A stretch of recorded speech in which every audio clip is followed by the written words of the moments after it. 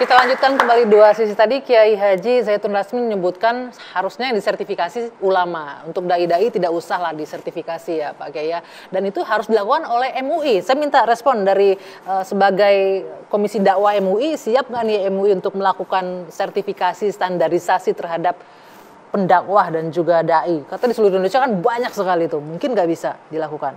Tadi sudah saya sampaikan, kalau atas nama MUI ini sudah menjadi wewenangnya pengurus harian. Nah, saya sebagai Komisi Dakwah, anggota Komisi Dakwah di kepengurusan MUI periode sekarang sebagai wakil sekretaris, itu hanya bisa menjelaskan kebijakan yang dilakukan oleh Komisi Dakwah MUI adalah standarisasi. Bukan sertifikasi. Bukan sertifikasi. Jadi menyamakan standar kemampuan para pendakwah, para dai. Biar nantinya. para dai itu standar dalam menyampaikan dakwah. Makanya di situ ada fikih dakwah yang diajarkan. Fikih berdakwah. Kemudian tentang nasionalisme, tentang hubul waton, tentang wasatiyah. Sehingga dari ormas manapun ketika berdakwah, karena kita di Indonesia tolong koridor tentang wasatiyatul Islam, koridor tentang fikih dakwah, koridor tentang akhlakul karimah, ud'u ila sabili rabbika bil hikmah wal mau'izatil hasanah wajadilhum billati hiya ahsan, itu menjadi pegangan utama. Oke. Nah, saya mau sebentar. Saya sedikit nih ke Pak Hasbi dulu nih. Tadi kalau Bung Tova menyebutkan nggak perlulah dan sertifikasi itu. Ada rasa kekhawatiran kata dia. Akan Pak Kiai juga menyebutkan, kalau saya menangkapnya, koreksi kalau salah Pak Kiai, ini jadi instrumen, bisa jadi nanti jadi alat bancaan nanti untuk sertifikasi dan juga standarisasi ini. Enggak, sertifikasi itu Mbak bukan hanya di Indonesia. Kita lihat di Saudi ada. Hampir seluruh negara Timur Tengah itu ada. Khotib-khotibnya itu. Kita ini di Indonesia ini udah surga ulama. Udah enak mau ngomong apa aja nggak ditangkap setelah reformasi. Cuman kan kebablasan akhirnya sekarang ini. Ada yang maki-maki orang, ini orang. Coba di negara Timur Tengah, di Mesir lah misalnya, di Saudi, negor pemerintah sedikit besok mati tuh. Iya. Ustadz, jangan dibandingin Indonesia dengan Saudi, kerajaan dibandingin Republik beda. Oke, Mesir, Anda lihat di Mesir. Anda lihat di Mesir.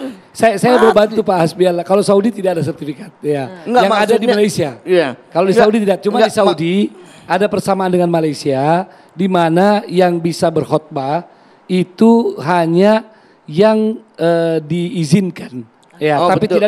tidak ada proses sertifikasi. Kalau kan Malaysia memang ada. Maksud saya seperti ini, Pak. Itu kan hanya istilah, ya. Sertifikasi. Nah, itu. Nah, hanya istilah. Maksudnya hanya istilah, nggak mungkin hanya istilah, tapi kan sama gitu loh. Orang nggak bisa jadi imam, orang misalnya di Mesir lah, atau di beberapa negara Timur Tengah nggak bisa. Tapi itu konsekuensinya. Tiba-tiba. Kan seperti itu. Konsekuensinya seperti kata Pak Nahra, itu semua digaji. Ya, betul. Ini coba lihat, baik Saudi maupun Malaysia itu digaji dengan gaji yang tinggi. Ya, jadi mereka memang ditunjuk, ya ibaratnya sekarang itu menjadi dai, khatib, imam, itu semua sama dengan pegawai. Pertanyaannya siap nggak pemerintah kita kalau itu dilakukan? Itu juga kan persoalannya. Itu persoalannya. Ini bukan soal masalah digaji atau tidak digaji.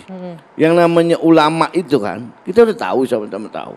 Bahwa ulama kan jelas, ulama warasatul anbiya, ulama pewarisnya para nabi yang berdakwah.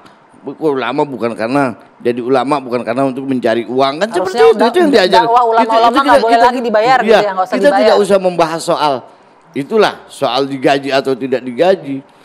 Dalam artian yang saya maksud ini bagaimana kalau seorang ulama bicaranya tidak ada etika, ulama bicaranya keras. Ini buat contoh kok ke masyarakat. Bagaimana generasi kita mau baik kalau ulama seperti itu? Ini yang mau ditertibkan, orang yang mendakwah tapi bahasanya tidak bagus gitu, tidak beretika, itu yang mau disampaikan. Kita hidup di Konoha, negara yang tidak jelas ya. Di Indonesia ya, loh, bukan di Konoha. Indonesia, sorry salah. Coba kalau misalkan ada ditulis di Code of Conduct-nya sertifikat itu ya, harus beretika. Guyon boleh, tapi diksi guyon setiap orang berbeda maknanya. Batasannya guyon beda-beda. Miftah kan jelasnya guyon. Guyon bagi saya berbeda dari kalau guyon itu keduanya saling tertawa, nggak ada yang sedih. Itu namanya guyon. Bagaimana dia guyon kemudian zamannya sedih, kemudian ada aksi, kemudian aksi sosial, ada ini, kemudian ada miliarder, muncul di akhir narasi.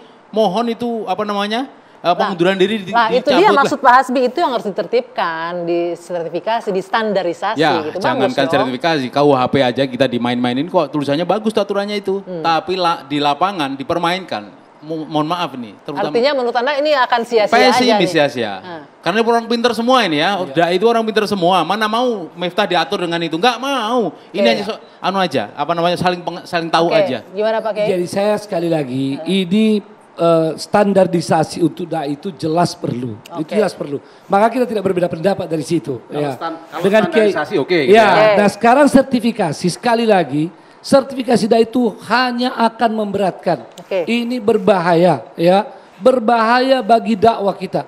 Dan yang paling penting sebetulnya adalah bagaimana kita membuat keadilan lebih merata di negeri ini. Baik.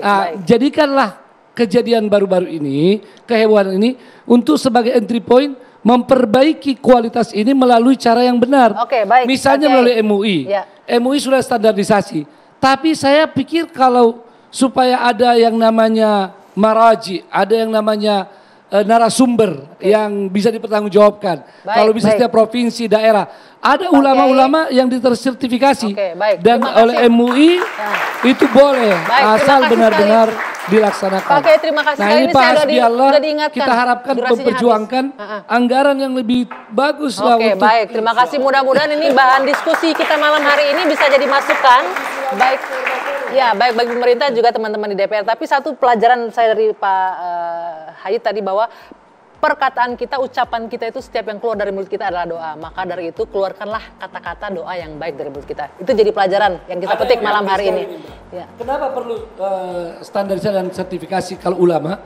Karena bukan saja, ya kita tidak setuju nih ada orang yang ilmunya salah, etikanya salah, kekuasaan kebangsaannya salah, suka mengkafirkan, membid'ahkan. Tapi juga tidak boleh ada orang-orang yang Bapak Kiai, terima kasih. Terima kasih Bapak-bapak. Malam hari ini sayang sekali saya harus mengakhiri karena waktunya habis. Terima kasih teman-teman. Kita jumpa lagi 2 sisi pekan depan. Selamat malam.